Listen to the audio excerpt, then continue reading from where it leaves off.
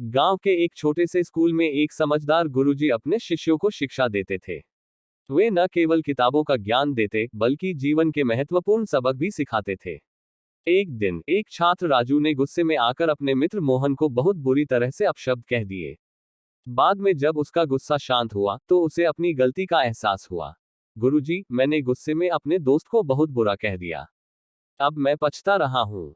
क्या कोई तरीका है कि मैं अपनी गलती सुधार सकूं? गुरुजी मुस्कुराए और बोले, राजू, एक काम करो।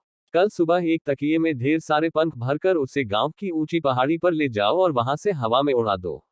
फिर मेरे पास आना। राजू को ये बात अजीब लगी, लेकिन उसने वैसा ही किया। अगले दिन वह गुरुजी के पास पहुंचा और बोला, गुरुजी, मैंने आपकी बात मान ली।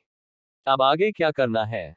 गुरुजी बोले, अब जाओ और उन सभी पंखों को वापस इकट्ठा करके ले आओ।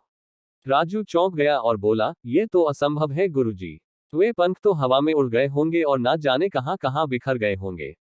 गुरुजी गंभीर होकर बोले, यही तो मैं तुम्हें समझाना चाहता था, बेटा। जैसे इन पंखों को वापस लाना असंभव है, वैसे ही जो शब्द तुमने गुस्से में कहे, वे भी वापस नहीं आ सकते।